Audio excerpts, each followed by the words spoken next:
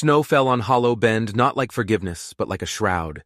It covered the sins of the town in a blanket of pure, cold white, hiding the rot underneath. It settled on broken fences and forgotten dreams, a quiet lie that everything was peaceful, that everything was okay. But it wasn't okay, and she was walking right through the middle of it. Clementine, if you could call it walking. She moved like a ghost, a memory the town was trying to forget. Her feet were bare, blue with cold. The boots she once owned now a distant memory. The sack on her back was empty. Her stomach was emptier. She stumbled, catching herself on the wall of Nettie Parsons' bakery. Warmth seeped through the cracks in the door, a scent of bread and life that felt like a mockery. She didn't knock. She knew better. The doors of Hollow Bend didn't open for her anymore. Not since her father, the banker, had lost everything. Not since the whispers started. They said she'd squandered it all, threw away her father's fortune on silks and parties. They said she'd thrown away her dignity right along with it. The stories were juicier than the truth. The truth was just a girl starving in the snow, and nobody wanted to hear that story. A kid with a sled shot past her, his eyes wide before he quickly looked away, like looking at her was a sin. Her shadow, thin and twisted, stretched into an alley behind her. It looked like it was trying to crawl away and hide. She couldn't blame it. She made it to the livery, the last building on the edge of the dying town. Her legs gave out. She slid down the rough wooden wall, the splinters catching on her thin skirt. Snow began to collect on her eyelashes, little crystals of ice. She was too cold to shiver, too tired to cry. Her eyes started to close, and that's when she heard it. Hoofbeats, heavy and slow, punching through the silence. A horse appeared out of the swirling snow, a creature as pale as a ghost, its breath pluming in the frozen air. And the man on its back? He was something else entirely. He was shirtless in the blizzard.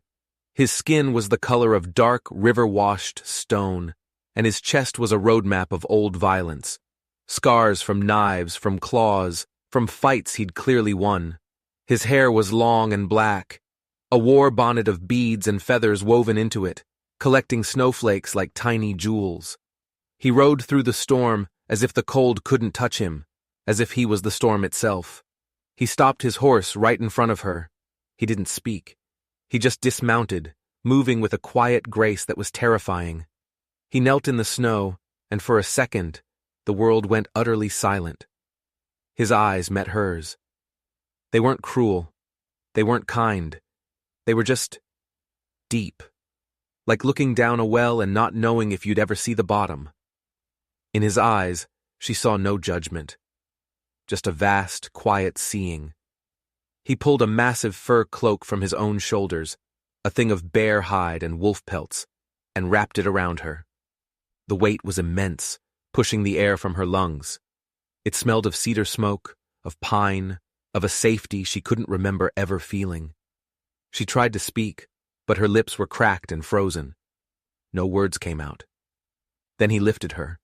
He lifted her like she weighed nothing, like she wasn't made of shame and hunger and 3 days of cold. He held her against his bare, warm chest, and the world tilted on its axis. As they moved back through the town, a curtain twitched in the window of the general store. A door cracked open. A voice, sharp and bitter, cut through the wind. "That's him. That's the Apache they call Blackthorn." Another voice joined in. "What's he doing with her?" But the snow swallowed their words, and Thorn, if that was his name, didn't slow down. He just walked, his bare chest steaming in the frigid air, carrying her away from the town that had left her to die. Her head rested against his shoulder, her fingers brushing against a small amulet of carved bone around his neck. It was worn smooth, as if from 1,000 worried touches. They reached the edge of the woods, where a small, rough-hewn cabin stood against the trees, smoke curling from its stone chimney. He had a fire going. He'd known he was coming back here, but he couldn't have known he was coming back with her. Could he? He pushed the door open with his shoulder and carried her inside. The wave of heat was so intense it made her gasp. A fire roared in the hearth, a wild, living thing that threw dancing shadows across the walls. He gently lowered her onto a cot piled high with animal hides. He spread the heavy cloak over her, tucking it in around her sides. She watched him move to the fire, feeding it more wood, his movements calm and deliberate. This was a man who knew the wilderness, who probably knew 100 ways to kill and 100 ways to survive. Her voice was a dry rasp, a shard of glass in her throat. Why? He didn't answer right away. He turned, ladled thick, steaming broth from a pot hanging over the fire, and brought the cup to her. Her hands shook so violently she could barely hold it. The smell alone was enough to make her weep. She sipped, the heat spreading through her chest, chasing away the ice that had taken root in her bones. When she looked up, his dark eyes were on her. His voice was low, a rumble like distant thunder. You looked like something that shouldn't die yet. That was it. No grand pronouncements, no pity, just a simple, brutal fact. She didn't know what to do with it. She just drank the broth, letting the warmth do the talking. She didn't know if he was a savior or a madman. She didn't know if she had been rescued, or if she had just been claimed. The next morning she woke up to the smell of wood smoke and something else. Salted meat. Beside the cot, a strip of cured venison and a small loaf of hard bread were wrapped in a clean cloth. A basin of warm water sat next to it. Someone had taken the tangles out of her hair and woven it into a single neat braid. She touched it, a shock running through her. The gesture was so gentle. No one had been gentle with her in years. Across the room, he sat by the window, sharpening a long, wicked-looking knife. Still shirtless, the firelight catching the landscape of scars on his back. The snow outside had stopped, and the world was bathed in a pale, fragile blue light. "What do you want from me?" Her voice was stronger now, less like sand and more like gravel. He turned his head just enough to catch her eye. "You'll see." A chill that had nothing to do with the cold ran down her spine. "Are you keeping me prisoner?" This time, he met her gaze fully. His eyes were unblinking. "Only the snow keeps what it buries, Clementine." He knew her name. How in God's name did he know her name? She had never told him. She had never spoken it aloud in this cabin. The townspeople might have shouted it, but the wind had been howling. There was no way he could have heard. A knot of pure fear tightened in her stomach. This wasn't a random rescue. This wasn't a chance encounter. This man, this giant with the warrior's hair and the scarred chest, he hadn't just found her. He had been looking for her. The silence in the cabin stretched, thick and heavy with unspoken things. She stared at him, her mind racing, trying to connect dots that weren't there. Who was he? Why did he know her name? What did he mean, "You'll see"? He finally broke the quiet, his voice even, as if he were discussing the weather. "I need an heir." She actually laughed. A dry, broken sound escaped her lips. An heir?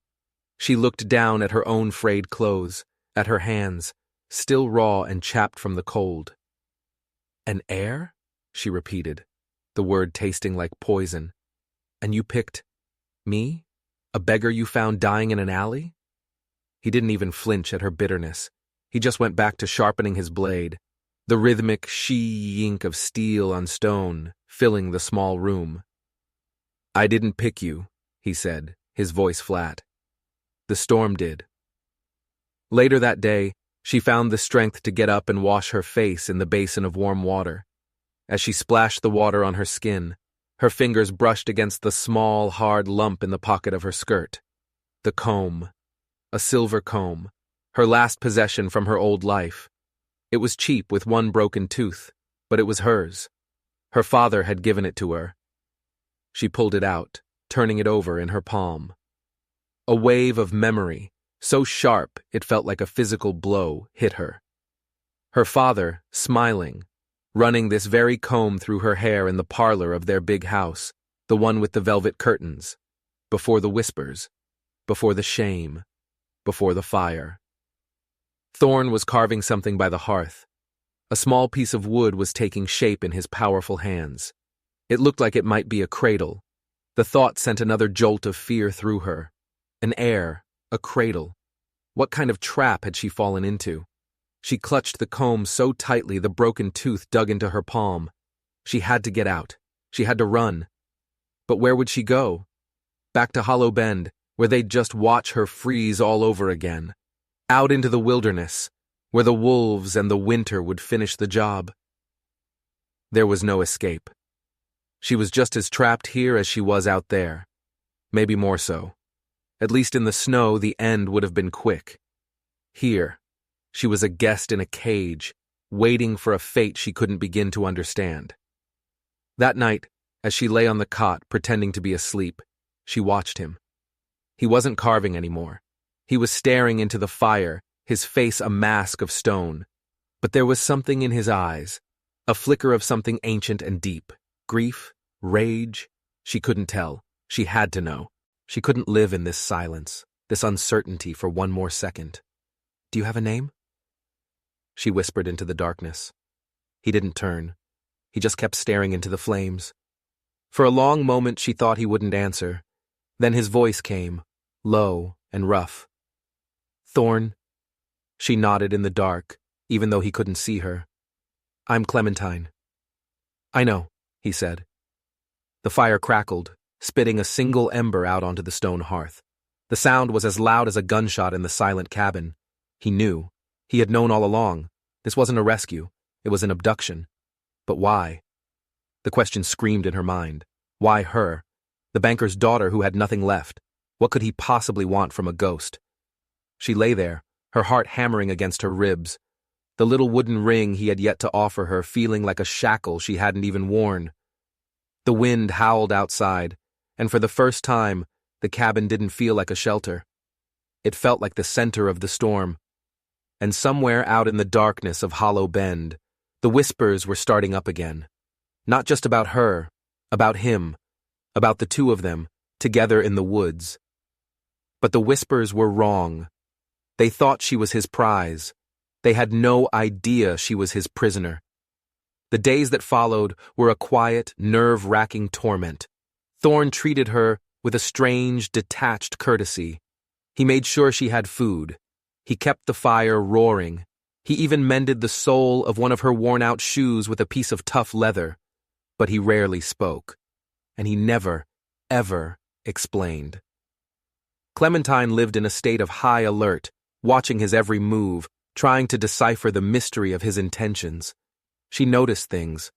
The way his hand, the one with the bandaged knuckles, would clench when he looked out the window towards the town.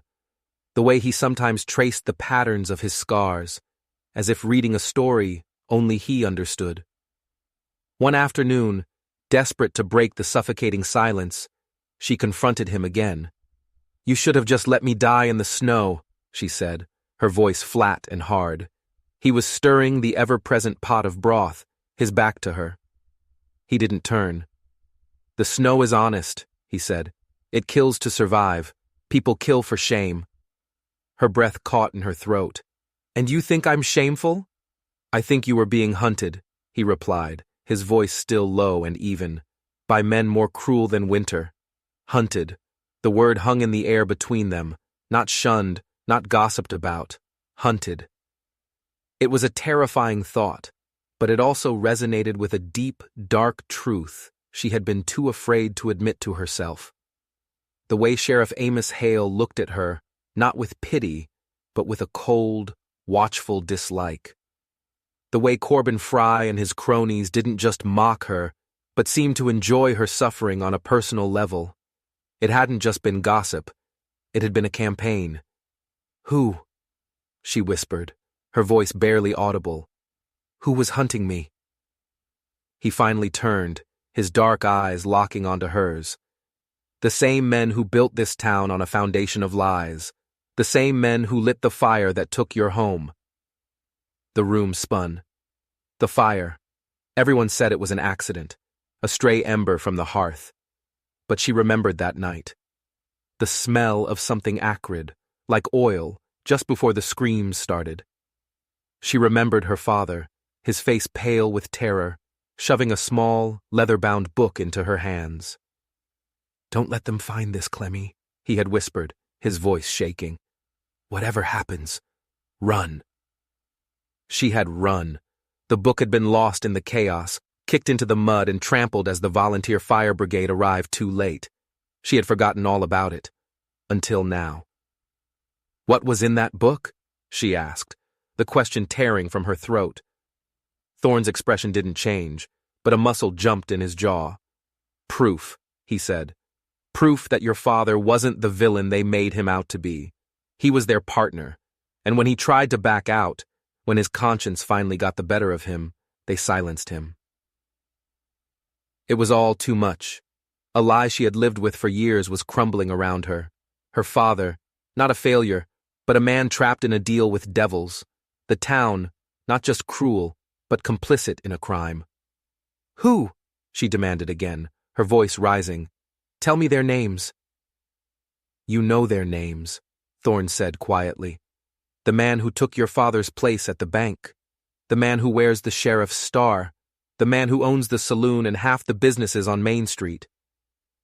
Sheriff Hale, Mr. Davies, the new banker, Corbin Fry's father, the pillars of their broken little community. They weren't just gossips, they were murderers, and they had destroyed her life to cover their tracks."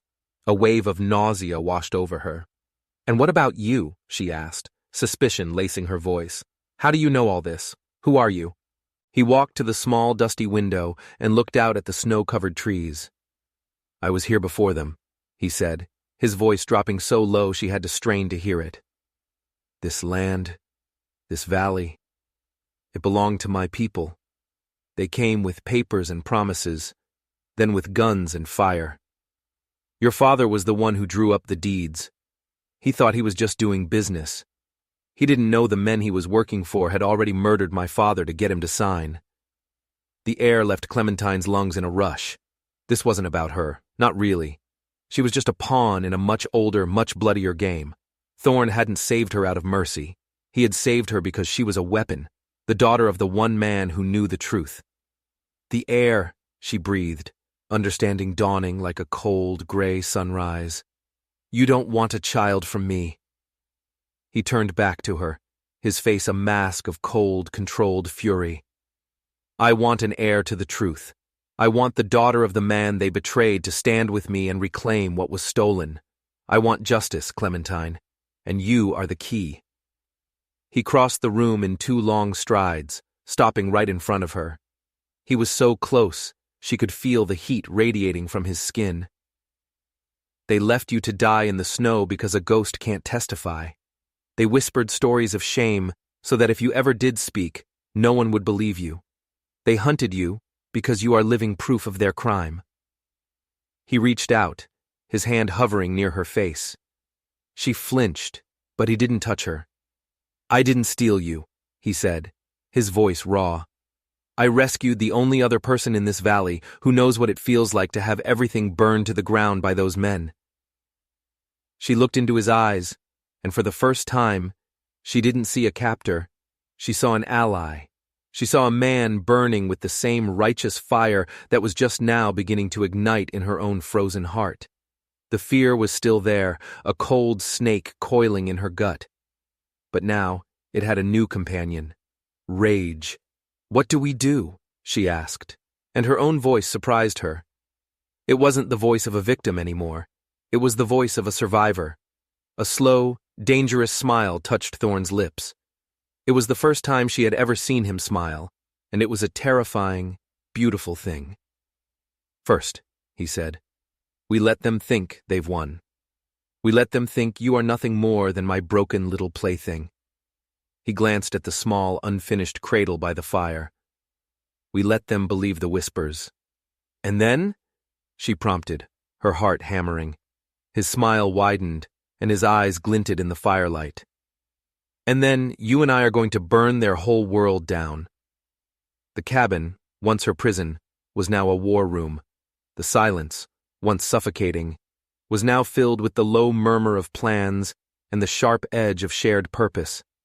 A strange alliance was forged in the flickering firelight, a bond between the outcast banker's daughter and the stoic Apache warrior, both of them ghosts haunting the edges of Hollow Bend. Thorn began to teach her, not with words, but with actions. He showed her how to read the tracks in the snow, how to tell a wolf's print from a dog's. He taught her which roots were safe to eat, and which tree bark could be boiled into a tea to soothe a fever. He was giving her the tools of survival, forging her into someone who would never be helpless again. In return, she told him everything. She dredged up every forgotten detail about her father's last days. The hushed, angry meetings behind the locked door of his study, the names she overheard, the way Sheriff Hale would clap her father on the back, his smile never quite reaching his cold, dead eyes. And she remembered the book, the leather-bound ledger. "I think I know where it is," she said one evening, her voice trembling with the memory. "The night of the fire.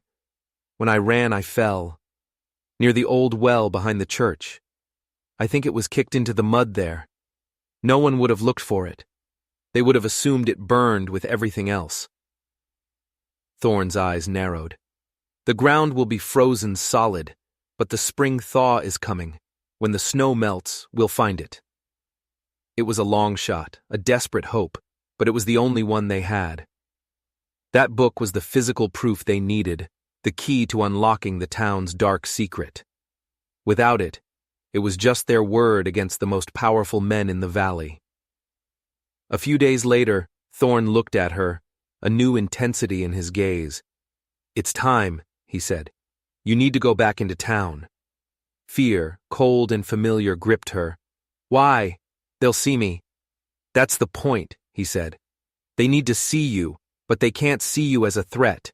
They need to see you as a broken thing, my possession. It will make them careless." He handed her a basket. "Go to the bakery, get bread, let them stare, let them whisper. Your fear will be your shield." Her hands trembled as she took the basket. She wrapped the heavy fur cloak around her shoulders, the scent of cedar and smoke a small comfort. Walking back into Hollow Bend felt like walking into her own grave. The moment she stepped onto Main Street, the silence fell. It was a loud silence, heavy with eyes. Windows seemed to watch her. Doors seemed to listen. Then, the whispers started, like snakes rustling in dry leaves. "Look at her, dressed in furs now. Blackthorn's squaw. Shameless." From the saloon, Corbin Fry swaggered out, a smirk on his face. Well, look what the cat dragged in. Or should I say, what the big Indian dragged back to his den. Tell me, Clementine, is he keeping you warm at night?" His friends snickered. The old Clementine would have shrunk, would have fled. But the new Clementine, the one forged in Thorn's fire, stood her ground. She met his gaze, her expression a perfect mask of broken, empty shame. She didn't say a word. She just lowered her head and kept walking, playing the part of the victim he expected to see. Her performance was flawless. The fear she projected wasn't an act. It was real.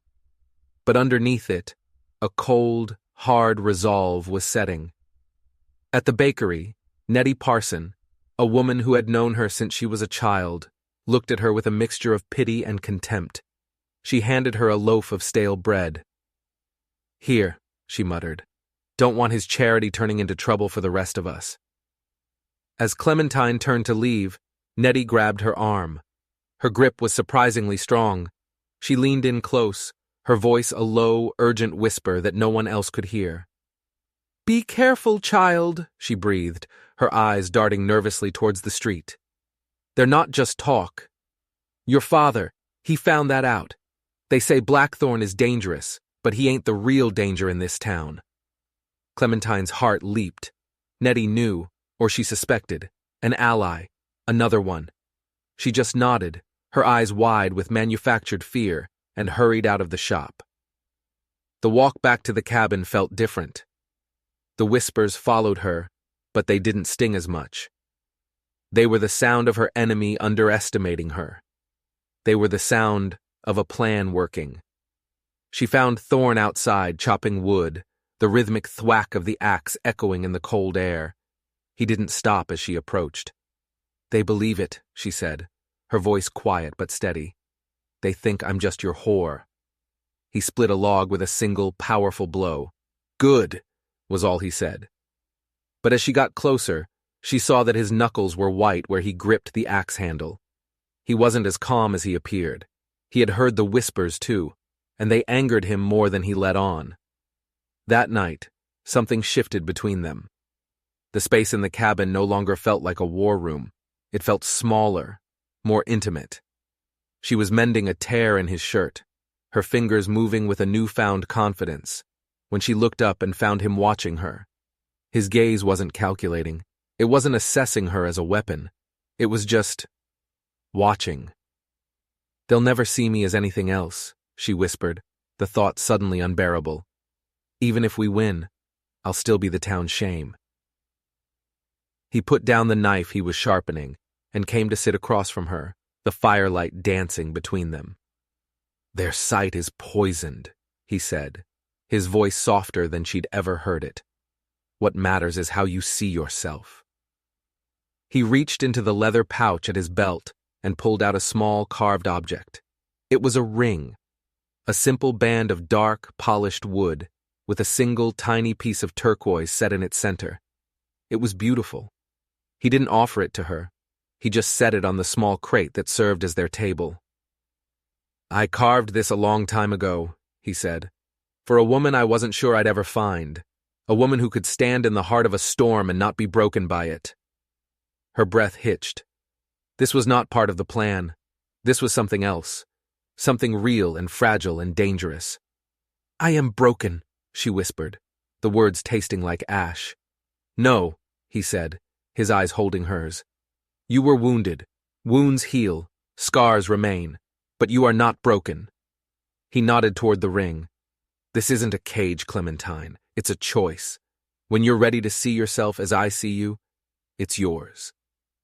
Tears she didn't know she had left to cry pricked at her eyes. For years she had been defined by what she had lost. Her father, her home, her name.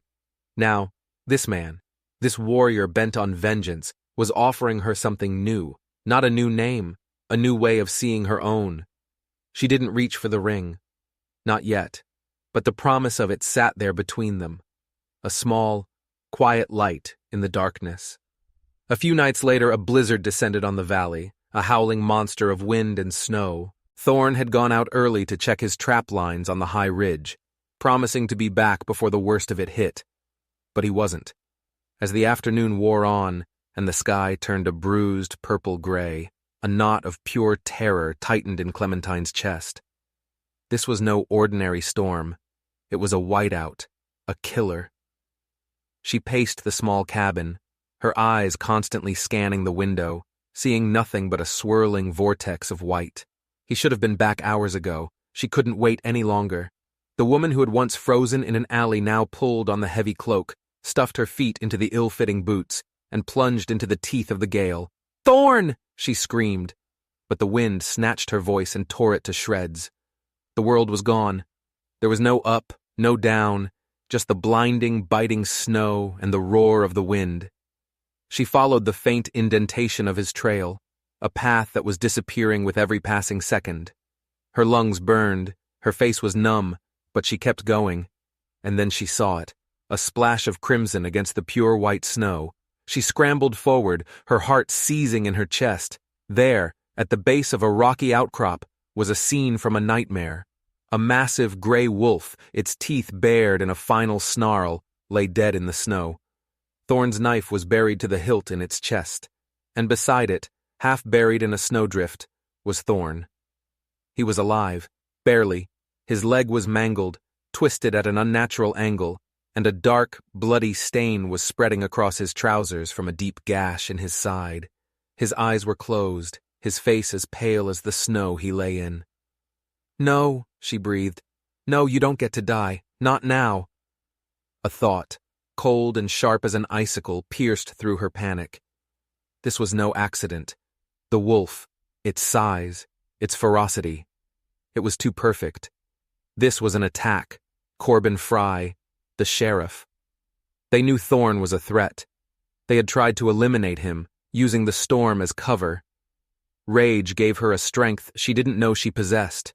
She ripped strips from her own petticoat, binding his wounds as tightly as she could.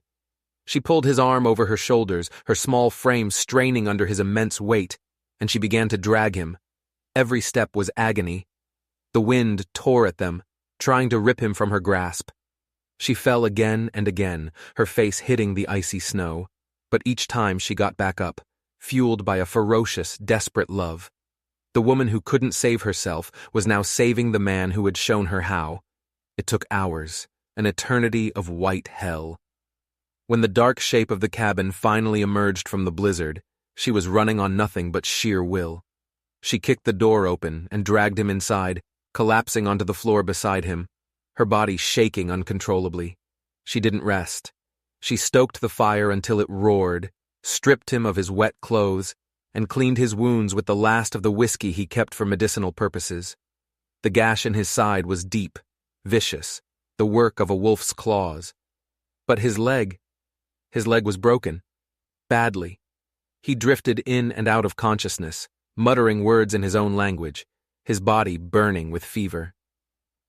Clementine sat by his side for 2 days and 2 nights, forcing broth and willow bark tea between his lips, changing his bandages, never sleeping. She watched the life flicker in him, terrified it would be extinguished at any moment. On the 3rd morning, the fever broke. He opened his eyes and they were clear. He looked at her, his face haggard but his gaze steady. "You came for me," he rasped, his voice weak. "I told you," she whispered, her own voice hoarse from exhaustion and unshed tears. "I wasn't going to let the snow have you."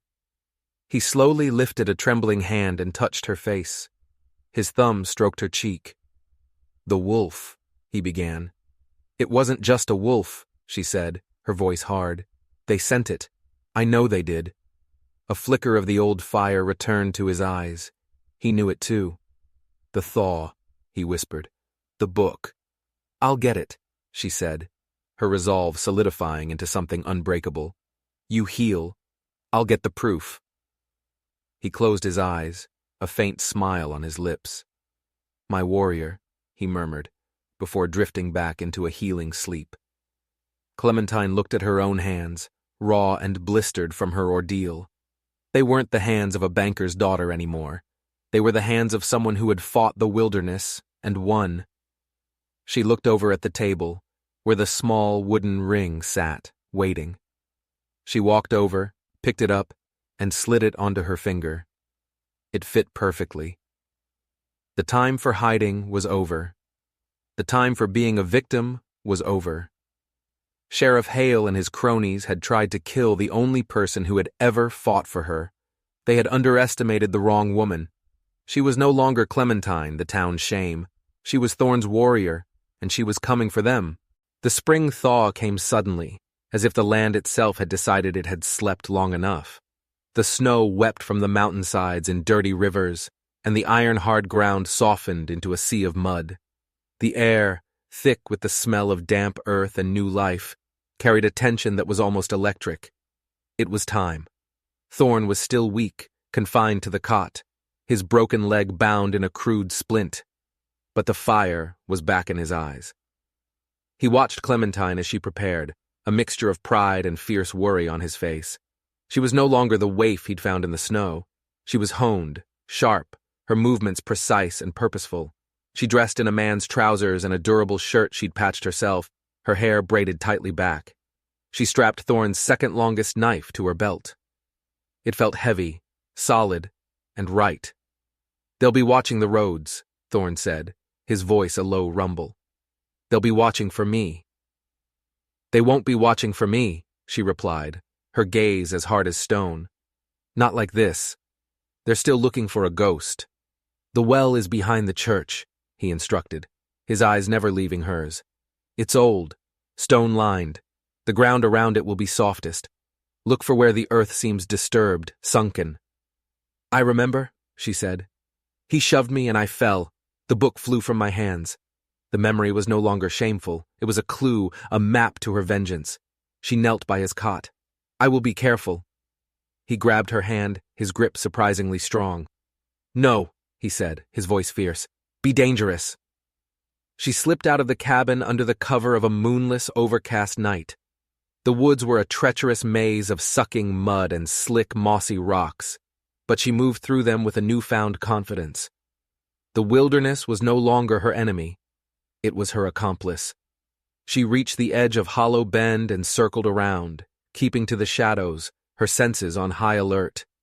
The town was asleep, but it was a restless, guilty sleep. A dog barked.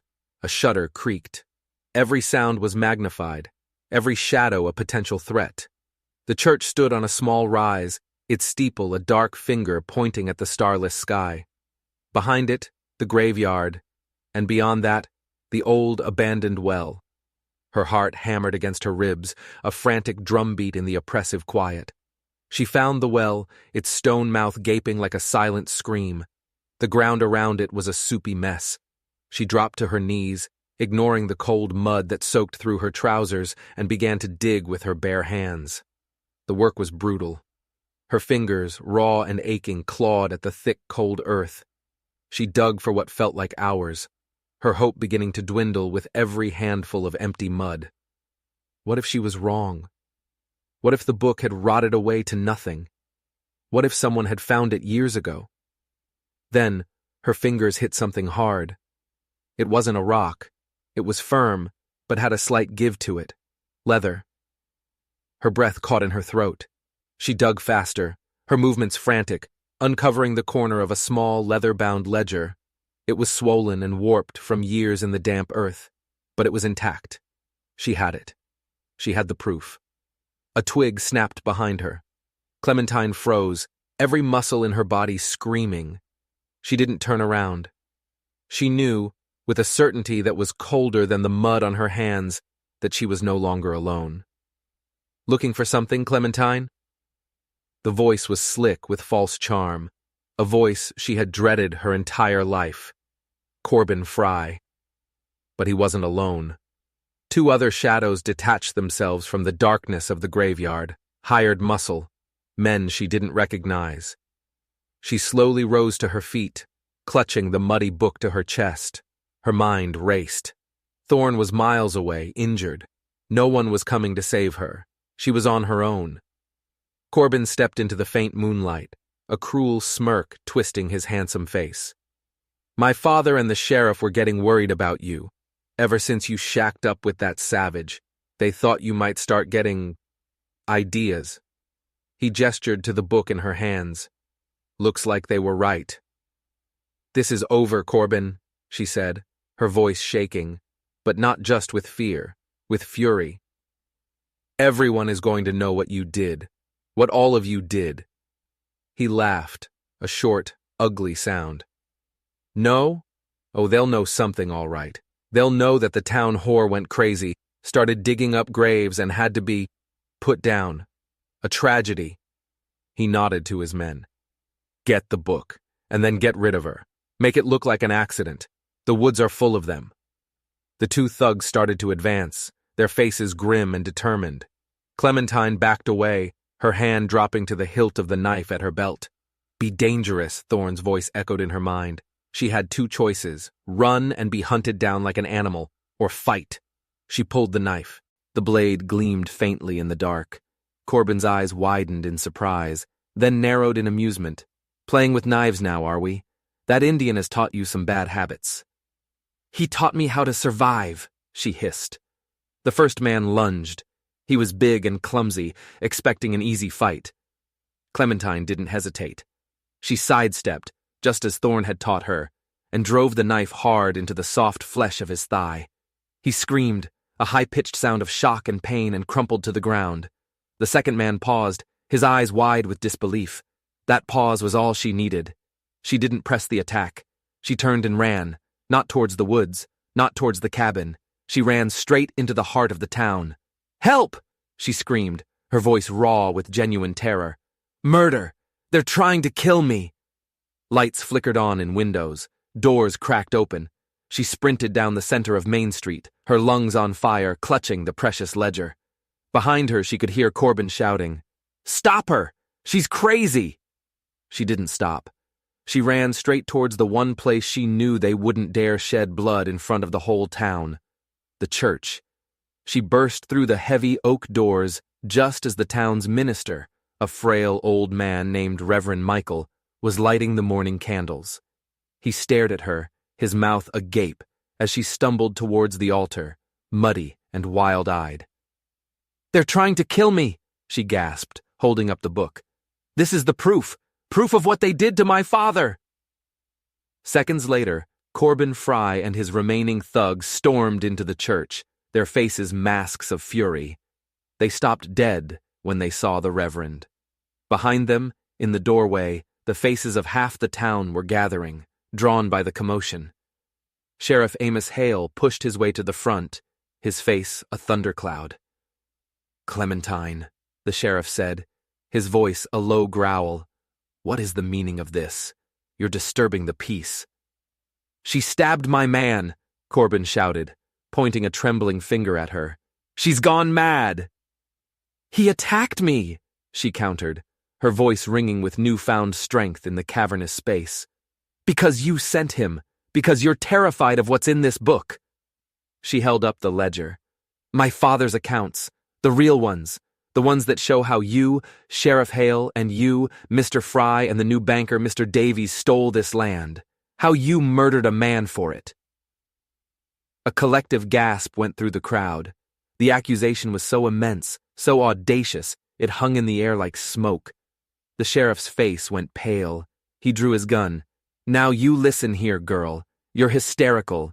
Give me the book and we can all forget this happened." "No," a voice said. It wasn't Clementine's. The voice came from the back of the church. It was deep, calm, and carried an authority that made every head turn.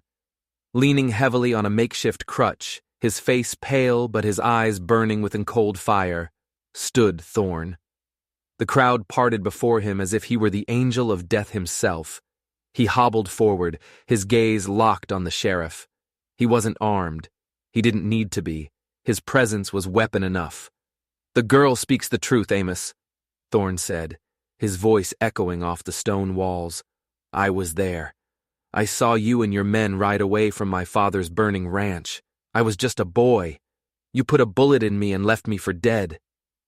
He tapped his chest, where a puckered scar lay hidden beneath his shirt.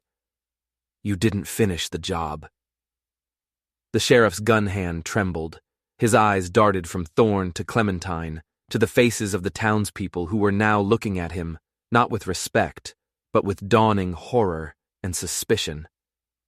"Lies," he spat. "The ravings of a savage and a whore." "Then let's read the book," Clementine challenged, her voice clear and steady. She opened the mud-stained ledger. "Let's see what my father wrote in his own hand on the day before he died." It was over. The sheriff knew it. His bluff had been called. His whole world, built on a foundation of murder and lies, was about to come crashing down. His face twisted into a snarl of pure desperation. He raised his pistol, no longer aiming at Clementine, but at Thorne. "This ends now," he hissed.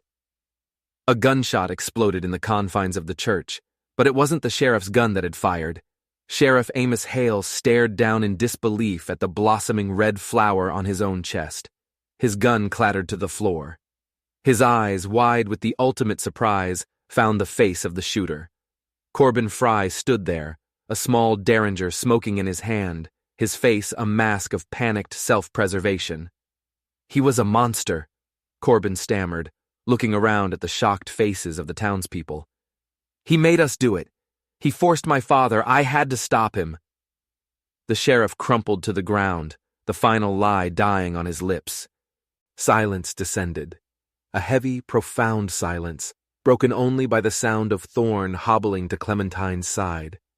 He put a protective arm around her, his eyes scanning the crowd, daring anyone else to make a move. No one did. They just stared at the body of the man who had been their law, at the truth laid bare on the floor of their sanctuary. Nettie the baker was the first to move. She walked forward, her face etched with a shame that was decades old, and took the ledger from Clementine's trembling hands. She opened it, and in a clear, strong voice that belied her age, she began to read. She read of the fraudulent land deeds, she read of the threats, she read of the murder of Thorn's father, and she read of the terrible, guilt-ridden confession of a banker who knew he was about to be silenced by his own partners. With every word, the town of Hollow Bend was reborn. Not in fire, but in truth. The rot that had been hidden under the snow for so long was finally, painfully, being carved out.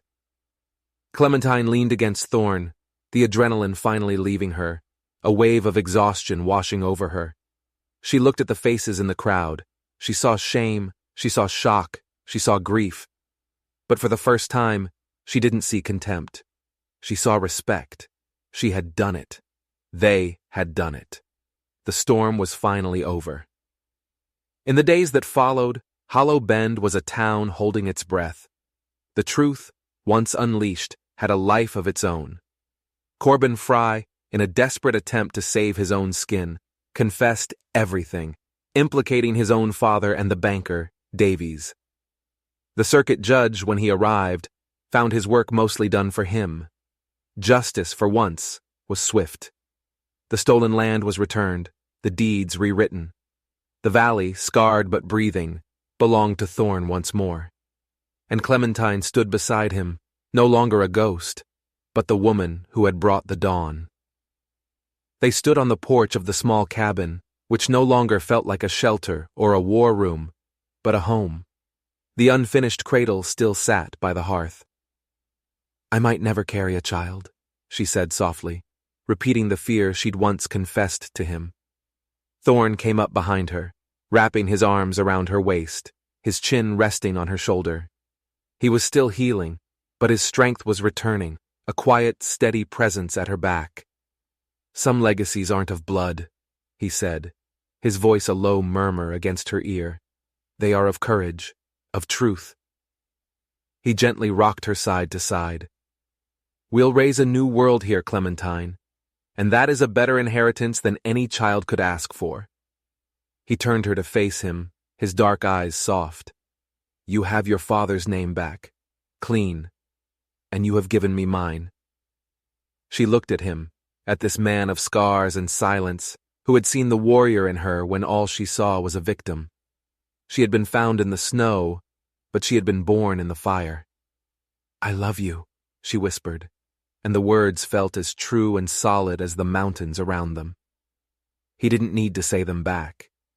His answer was in his eyes, in the gentle way he held her, in the promise of a future they would build together from the ashes of the past. The story of Clementine and Thorn became a legend in that valley, a story told by the fire on cold winter nights. A story about how the deepest snows eventually melt, how the darkest secrets eventually come to light, and how even the most broken things can be made whole again. It's a story about how sometimes the person who saves you is just the one who reminds you how to save yourself. If you enjoyed this story, and you believe that everyone deserves a chance to rewrite their own ending, don't forget to hit that subscribe button. Because there are always more stories hidden in the shadows just waiting for a little bit of light.